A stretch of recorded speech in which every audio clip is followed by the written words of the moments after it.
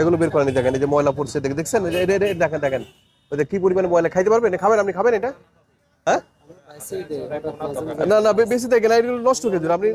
আরে নষ্ট খেজুর তো আপনি খান। আচ্ছা ঠিক আছে, এইবার এটা খাবেন, ইফতারি খাইতে পারবেন? দেখেন এটা এটা ইফতারি করতে পারবেন? এটা জান দেন পচা, আপনি বুঝতে পারছেন না এগুলো পচা খেজুর। আবার একই কেজি পচা খেজুর আপনি পচা খেজুর বিক্রি করবেন তাহলে? আচ্ছা এটা করতে পারবেন যে এটা এটা এটা এটা ইফতারি করতে পারবেন? সারা জায়গা নষ্ট করে দিচ্ছে, এই করে দিচ্ছে, তারপরেও মানে নামাজ কালামও তো পড়েন দেখে মনে হচ্ছে। এগুলো মানুষ খাওয়াবে না, ইহকাল পরকাল দুই কালও কিন্তু মানে ঝাঁঝরা হয়ে যাবে কিন্তু। এই যে এগুলো খাইতে পারবেন আপনি? মানুষকে খাওয়াচ্ছেন আপনি, বিক্রি করতেছেন। যে রিক্সাওয়ালা ভ্যানকে টার্গেট করছেন ওরা মানুষ না? ওদের মানুষ মনে হয় না আপনাকে?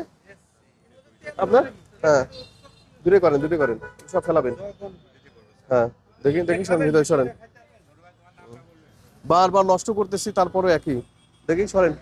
আর গুড় কি গুড় নিয়ে আসছেন দেখি, গুরু ভেজাল সবগুলো দেখি। এই 2-4 হাজার টাকা জরিমানা করবেন দুটো দোকান হলে। দেখি তা আপনি ভালো করে ইয়ে করেন আপনারা, আপনারা এইভাবে ব্যবসা করতেছেন কেন? ব্যবসাটা করলে ভালোভাবে করতে হবে। এই গুড় কার এটা? আপনার? গুড়টা চেনেন? যাদের কাছ থেকে নিয়ে আসছেন চেনেন? ওদেরকে চেনেন? হ্যাঁ, ওদের হচ্ছে চিনে তারপরে গুড় নিতে হবে, ভাউচার রাখতে হবে।